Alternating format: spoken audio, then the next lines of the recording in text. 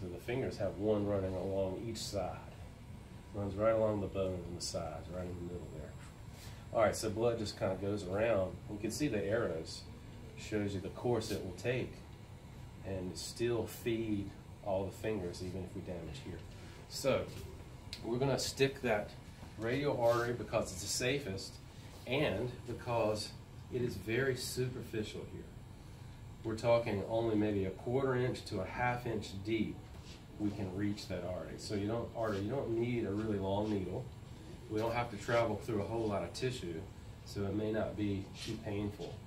But it is very superficial. We can feel it, so we can hit it. So that's another reason we're going to choose a radial artery. So here's what we're going to do. We're going to assess our patient for which radial artery do we want to stick, or if they don't have radial pulses at all, or maybe they don't have, maybe they have a dialysis shunt on one side, and maybe the other side has a cast on it. All right, so then we're going to have to choose an alternative site. So we may end up going brachial, or may end up going femoral, but we're going to assess these radial arteries first. So I'm going to put on my gloves. Remember, I entered the room, I'm gowned up, gloved up, whatever, clean my hands. I actually do want you guys to... Because you're going to use the, it's not called splatter precautions. What's the word I'm looking for? Yeah, aren't you going to use, because you can get splashback of blood, the goggles? No, I don't expect any splashing. If there's blood splashing when I'm doing an ABG, somebody needs to fire me. Somebody needs to fire me. Yeah. All right, so I want you guys to actually glove up when you're doing your check-off, because there is some careful consideration in your gloves. We don't want your gloves to be too small. That's going to be very tight on your finger, and it's going to make it, you're not going to feel as well, okay? Also, if it's really big, and if it's wrinkling up on the end, those wrinkles are going to interfere with your palpation also, your sense of touch. Yeah, go ahead. In the hospital, they like tear off. Yeah. Is that That's okay? really not good. Okay. They're doing it so they can feel better. Right. But you can, with the glove, what you're going to do is just take your glove that fits well, that's not overly tight, and pull it up so that there's no wrinkles. Okay? And now I should have, a better sense of touch there. And I've worn gloves for years, and I'm pretty good at it, so I don't think you need to expose your finger there. So first thing I'm going to do is I'm going to feel the radial pulses on both sides, and I'm going to just note in my mind, is one side noticeably stronger than the other? If it is, that's the side I'm hoping I can stick. And I may ask the patient, do you have a preference? Which side would you like me to stick? Some of them don't care, some of them may have a preference. I would go with their preference. Otherwise, I'm going to go for the side that's the strongest. And then as a last choice, there's a lot of choices here. If I'm right-handed, it's easier to stick the right arm. If I'm left-handed, it's easier to stick the left arm, and I'll show you why. Imagine this is my syringe. The blood is coming from the artery this way. At the side of the bed, it's just natural and easy for me to draw the blood. But if you don't mind, I'm going to go on that side. I'm right-handed. Now what I'm going to do, I'm right-handed. Imagine this is the left arm and this is the left radial here. I can't stick this way. The blood is coming this way. I'm not going to be sticking this way. So what you have to do with the left arm is you're going to have the patient swing it out to the side and rest it on the bedside table with a towel. We'll talk about that. Okay. So now I can get in there and draw the blood. So it's a little more work to do the left side. Please say you don't go this way. I'm sorry? You don't go this way. So that the needle's going to be aimed in the direction, in the opposite direction of the flow, so it can flow right up into the syringe needle. Yeah. The other thing is you can get really good and just learn how to stick with both hands. Do both sides. Sticker. Okay. Let's say that I've decided and the patient agrees the right radial is the site that I want to take. I have another step that I'm going to do before I actually prepare to draw the blood. A couple more steps, but number one is I want to test for that collateral circulation. So the test that you're going to do, and I want you guys to see this, it's pretty cool. I'm going to actually have you perform a modified Allen's test on me. One of you will. And you'll see what's going to go. I'll demonstrate it first. This is my live patient. What I'm going to do, I'm going to cut both of my hands under the wrist. I'm going to take both thumbs, and I'm going to, with good amount of pressure, squeeze in on both of those arteries. You're going to feel for that notch on each side. Press in and occlude the blood flow so there's no blood coming to the hand. It's a little notch in between, about an inch away from the crease. There's a little dip in there, and that's where you feel your pulse. That's where your radial artery is. You're going to push in there firmly with both thumbs, and on the other side, the same thing, enough that there's no blood flow. Okay? Now what you're going to do then is ask your patient to make a fist. Okay? And so what they're going to do is they're going to ball up their hand like you see me doing there, and the hand will blanch. The blood is being forced out of the capillaries, and it will appear white. So they're going to make a fist 2 or 3 times, and then I'm going to ask them to open their hand. I'm not doing anything yet. Yeah. Please open your hand, and I'm going to release the pressure on the ulnar side, simulating that I have created a problem on the radial side. Now what I should see, very quickly, within just a few seconds, we should see that hand pink up really nicely, meaning the blood is flowing from the ulnar side and feeding the hand. So if you would, Justin, I'll have you do it to me. If you guys get really close, press in firmly on both sides. And then you're going to say to the patient, all right, make a tight fist several times. Make a tight fist several times. Watch my hand, press hard. Now watch my hand. Now left ulnar side off. Did you see it pink up? Okay. So that meant there's good blood flow on that side. Now I'm safe now to stick that side. Okay. I can do parties for friends. Yeah. Okay, so now we know that side is safe to use. The next step seems like a lot, but it just kind of flows. You're going to position the arm for success. Remember, that's what Jason said. Position it for success. That means using that rolled up, a towel, roll it up, or a pillow folded in half. You're going to put it under that wrist back here so that the wrist can break back and hyperextend a little bit. Now what that does is it brings the artery closer to the surface. I'm going to make it easier for you to feel and easier to reach with your needle. Okay? If you're doing a brachial puncture, you're doing the exact same thing. It goes behind the elbow, and you want to encourage them to straighten their arm all the way out. I will say, you will not have success sticking a brachial artery if there's any bend in the arm at all. If they have any bend to it, you're just not going to get it. So you want to straighten it all the way out and hopefully leave it straight for you during the stick. So, hyperextend the wrist, and you can feel a little bit and confirm, yeah, it feels really good. Now I'm ready to get my kit ready. So, here we go.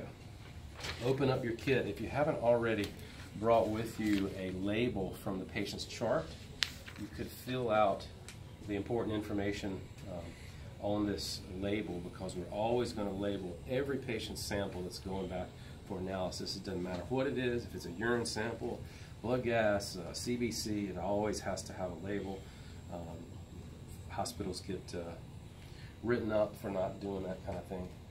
So fill out your label with the important stuff: patient ID number, date, maybe room number, and then write down what device that you saw them on. What device and FiO2 and flow rate are they on, and does it make sure that it correlates with the physician's order? If it doesn't, unfortunately, you have to correct that and come back 15 to 30 minutes later. All right, so we're going to leave that label.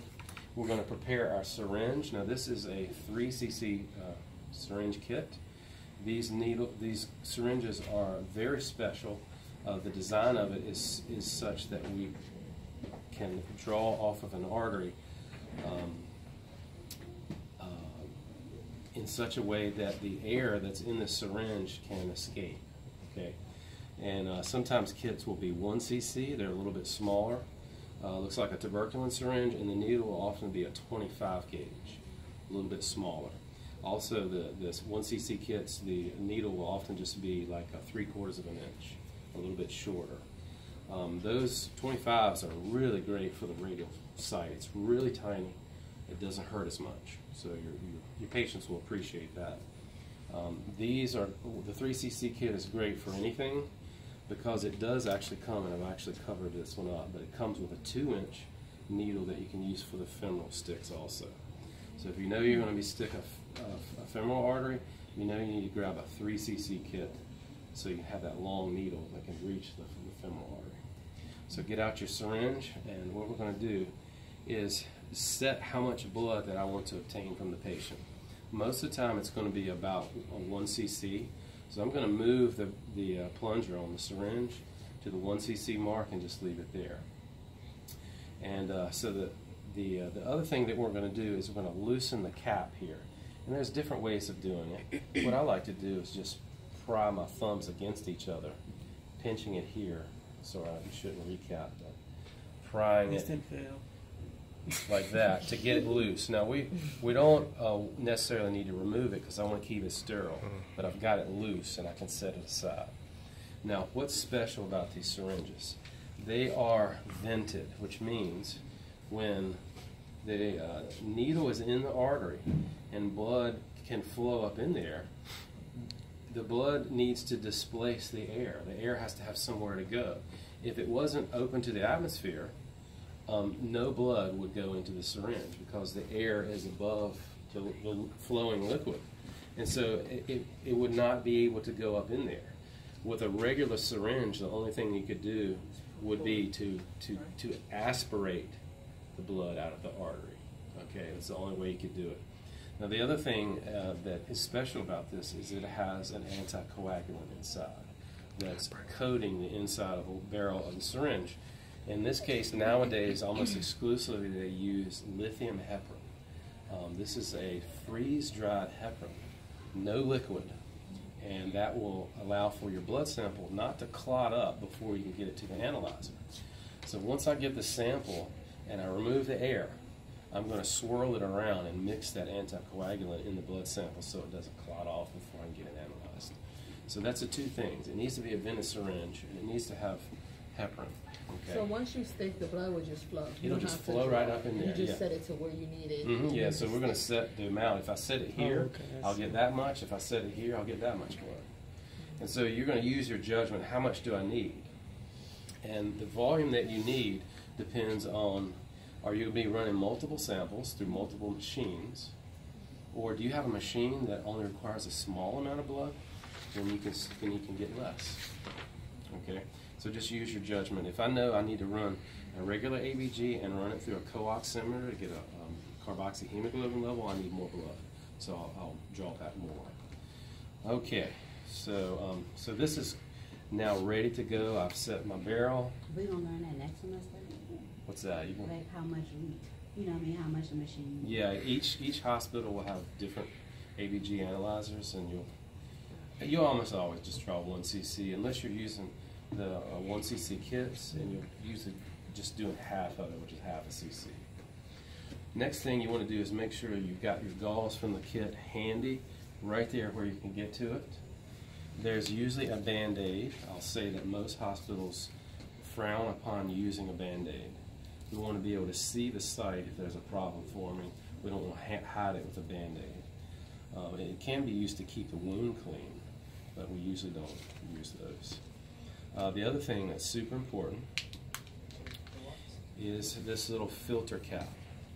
So this is going to allow us to get the air, any air that's trapped in the syringe after we've got the sample, get all the air out before we mix the heparin in the solution. Okay. So what I'm going to do is also set this somewhere where I can access it. I usually set it like that. Once I got my needle off of there, I just slide my syringe over top of it, and then invert it and tap on it and get the bubbles out. So I'll show you how that works in a minute. I think now we're ready to proceed. We're going to grab our alcohol prep, and we're going to clean the patient's skin, and you want to do a good job with this. Take out your prep pad, and you want to start at the site where you think you're going to be sticking, and you want to vigorously scrub it, and you want to work outward in circular motion and get it about 2 to 3 inch circle around that site. You want to get that skin clean. If there's any dirt, debris, they may just come from work. He's a bulldozer operator. He's got dirt all over him. That's places for bacteria to hide. So we're going to try to, give it a good scrub. And then with the back side of your wipe, the other side, go ahead and clean your fingers of your glove. Now while we're doing that, I'm going to go back to palpate again in a minute. And I've been touching surfaces with this glove, so I don't want to bring microorganisms back to that site that I just cleaned. So I clean my fingers I'm going to be palpating with. Okay, we're ready to stick now. What I'm going to do is, and this is a skill that's going to be learned. This is a part that's just going to take repetition with patience over time to get really good at. You're going to try to feel for where you're feeling the pulse the strongest. And usually the technique is you're just kind of working midline to lateral, pressing down just hard enough that you're feeling that artery bound. And again, you're pressing it into the head of the radius, mashing it against the bone basically. And you can feel it under your finger. And you're trying to get a bead on exactly where you think it's at, okay? And that takes practice. And so once I get an idea of where I think it's at, and again, don't press hard. If you press really hard, you're stopping the blood flow. You actually don't feel it as well. You just press in just hard enough to feel the vessel kind of bounding. So I'm going to go ahead and shake my cap off, and now I'm ready to stick. So what you want to do is have the bevel of the needle facing upwards, and we're going to be at roughly a 45-degree angle to the arm, and you want the needle to line up in parallel with the arm. You don't want the needle like this. The artery's coming this way. I want it to line. I'm going to have more success. I'm going to hit a better chance of hitting the artery if I'm in line with it. Does that make sense? Okay. Now I'm not going to do it just yet, but I'm palpating and I'm coming in close, and I'm also, this is sort of subtle technique, but I'm kind of pushing down on that hand to extend that hand, again bringing the artery up closer to the surface so I can feel it and I can reach it. And I'm going to sit this down for just a second. I want to show you why it's important that the bevel needs to be up. The blood, imagine, is pushing through the artery here. If the bevel is up, the blood can easily just run right up to the needle into the syringe. But what if we had the bevel down, if it was rotated down? The bevel is actually facing away from the blood flow. So you're asking the blood to go backwards, back up into the syringe, and through the needle. It's not going to work as good. Okay, so that's why the bevel is up. The blood will flow in more sluggishly if your bevel is facing the wrong direction. Okay, so now we're ready to stick. What I'm going to do is, not in your checkoff guide, but most therapists will warn their patient. Okay, I'm getting ready to stick. You're going to feel a little pinch. I want you to hold real still for me. And so what I'm going to do is slowly go into the skin where I feel it the most, advancing it very gently and slowly, and looking for blood to flash into the hub of the needle here. If it flashes in there, I'm going to stop advancing and hopefully see it continue to fill the syringe. Again, the blood is flowing up, the syringe is vented, the air is escaping out of the top here.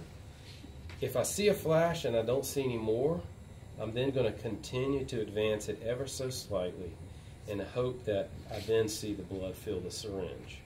Now what's happening is I'm trying to get the bevel of the needle into the lumen of the artery, in the center of it, so that it can flow up in there. Sometimes when you first push it in, the bevel will just pierce the wall of the artery and you'll get a little flash, but then there won't be any more blood. So keep advancing and pushing it in slightly till you see the blood coming up. So right. When you do it, when you palpitate, should you like slide your hand back just a little bit to get to that point? It just depends. I usually just leave mine right where it's at, and I'm bringing the needle in just in front of my finger there. And you're going to decide how you like to do it. Some folks use the extreme ends of their finger to feel. I think most of the touch sensors are on the pad of our finger. I have had a lot of therapists that I've worked with that are successful sticking like this. That's what I was thinking, that you between would fingers. open it. It's probably about a third of therapists do it this way. They put the needle in between. Oh, and by the way, where am I sticking? Ideally, we're going to be about 2 to 3 centimeters from this main crease in the wrist. So look where your skin creases, that big crease right there. About an inch from there is where you're going to stick. Okay. So not up here, and not way down here in the crease.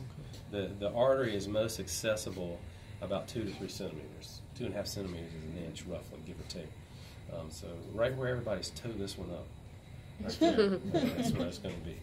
Okay, so let's imagine again, I made my stick, I advanced, and I keep advancing. I got no flash, I advance some more, and ooh, I hit something hard. I hit the bone, okay? So you missed. Hopefully it didn't hurt the patient too much. I missed, exactly. They can feel that when you hit the bone with the needle? And sometimes they'll feel it, yeah. All right, so I've missed. I'm not done. I'm still going to try to be successful. So what I'm going to do is I'm going to set this down again and show you the little drawing on the board here. So there's only two ways I can do this. Let's imagine this is a wrist.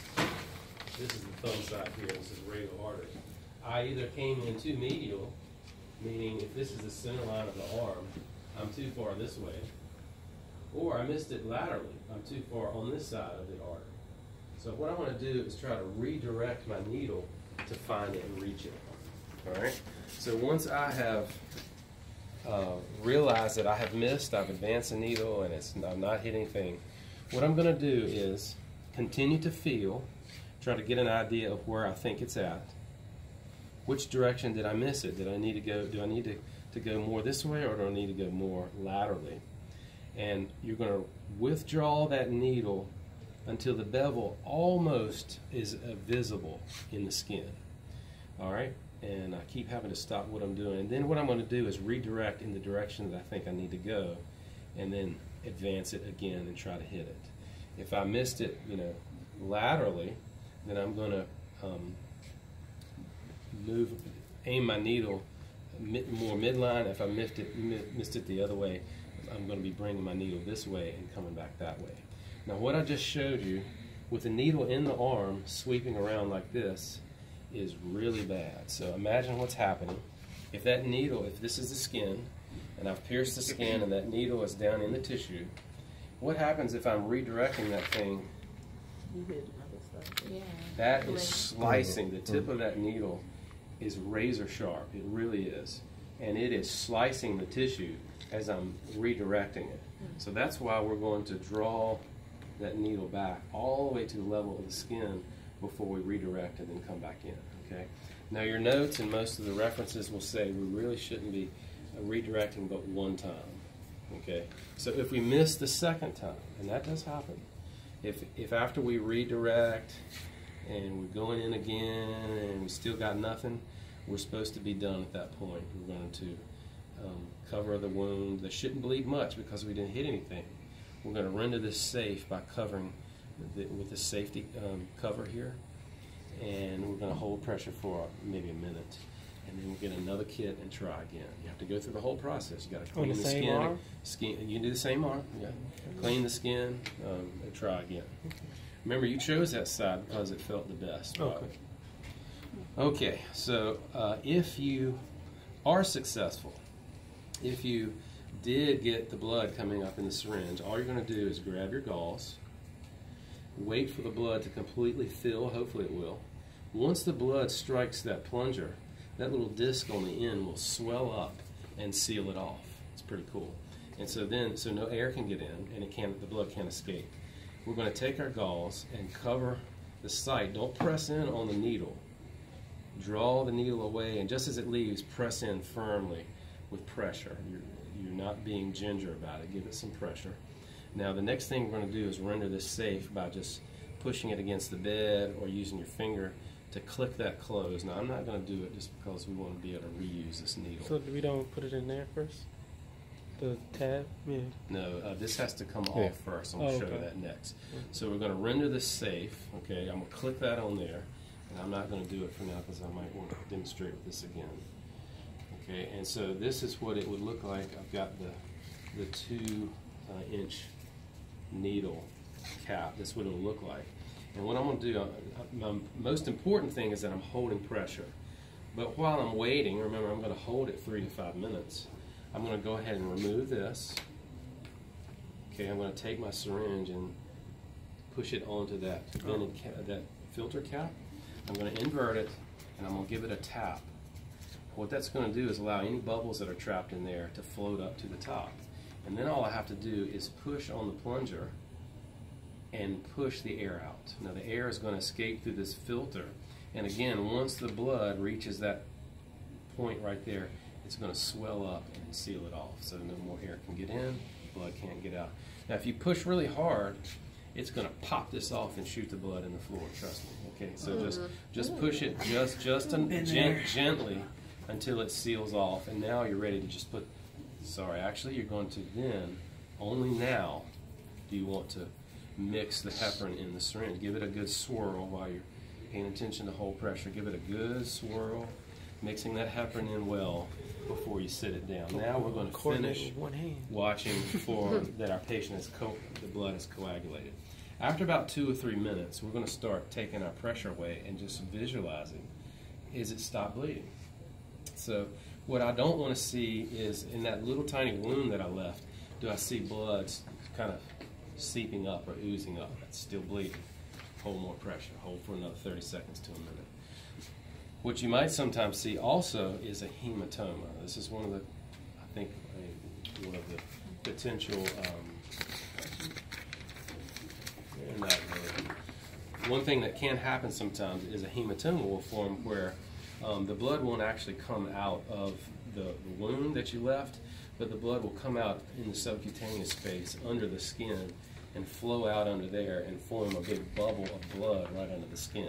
So if you see a big bubble forming, don't panic, just hold pressure again, okay? And that will go away. It's just that some blood has leaked out under the skin, and a couple of days later it will appear to be like a bruise. That blood's got to go somewhere eventually. It gets reabsorbed or whatever. So continue to hold pressure. And again, if your patient was on Lovenox, how long are we holding? 10 minutes. 10 minutes, yeah. Can you elevate the arm? Throw like Certainly. blood thinners? Yeah, you could do that, but they're comfortable. Okay. But yeah, usually if somebody's bleeding, that sounds like battlefield tactics there. Yeah, well, you do, yeah. Yeah, elevate. Ancient combat saber. Our pressure is doing the work. Okay, once we've decided that there's no longer, it's coagulated, there's no more bleeding, I'll usually get them to flex their wrist a little bit and make sure I don't see any, bleeding. And now they can have their arm back. They're done. I'm going to reposition them. The head of the bed, if the bed rail went down, I put it back up. This can go into the dirty laundry basket. And now what I need to do is clean up. Okay, so I might have 2 or 3 kits laid out because I missed a couple times. All the sharps, all the syringes, all the needles need to go into the sharps box, the red boxes. Also, be very careful. This should never make it into the regular trash. Okay, if you got 2 of these or 3 of these and you're only using 1 to carry the sample, the other 2 need to go either into a red bag or again into a sharps box. If this goes into regular trash, it goes into municipal waste, and your hospital can get fined big time. There's no way to know if that's not contaminated, and it shouldn't be in the regular trash. So be careful of that. Now, everything else that's not a sharp is fine to go in the regular trash. Even your gauze that has some blood on it can go into the regular trash. Okay, and I encourage you not to throw everything in the sharps box. And the reason is everything in the sharps box is processed by weight. So they're weighing, all of that stuff that's being incinerated, and your hospital is paying according to weight. So you don't want to be paying for stuff that doesn't need to be in there. Okay. Stop my pay increase at the end of the year. Okay, we've got a little more documentation to do. After I've thrown all my stuff away, I've handled that. We need to put the time that I drew the sample, and I also want to write the puncture site on the label. That goes in the documentation on the ABG report on the patient's chart. So we say radial stick, like stuck radial? Right radial. On your ABG report, it may ask you, did you perform a modified Allen's test? Yes, I did. And then, of course, the ABG results. Yeah, modified Allen's test. Yeah. What is it called? Modified Allen's test. Allen's test. Now, if you did a brachial puncture, there is no Allen's test for that, right? There's no test for collateral circulation up here. It's just for the radial punctures. Okay, lastly, we're going to put that label that I just finished filling out. Always, always, always label your syringe, put it in your bag, and then you can throw that in the pocket of your lab coat, or just put it in your pocket of your scrubs. It should be safe. You could just tote it. A lot of hospitals have policy about they don't want you walking around with gloves on in the hallway and in regular areas. So after your patient is ready to go, you can deglove, gel out, and head out. We want to get down to the lab to get this analyzed as quickly as possible. What happens if that sits there for 30 minutes?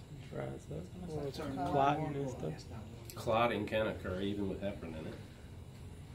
But what you have to remember is that is a live tissue. The cells in there are alive, so what are they doing? They're burning oxygen and they're making carbon dioxide. So your PCO2 and PO2 values are going to change the longer it sits there.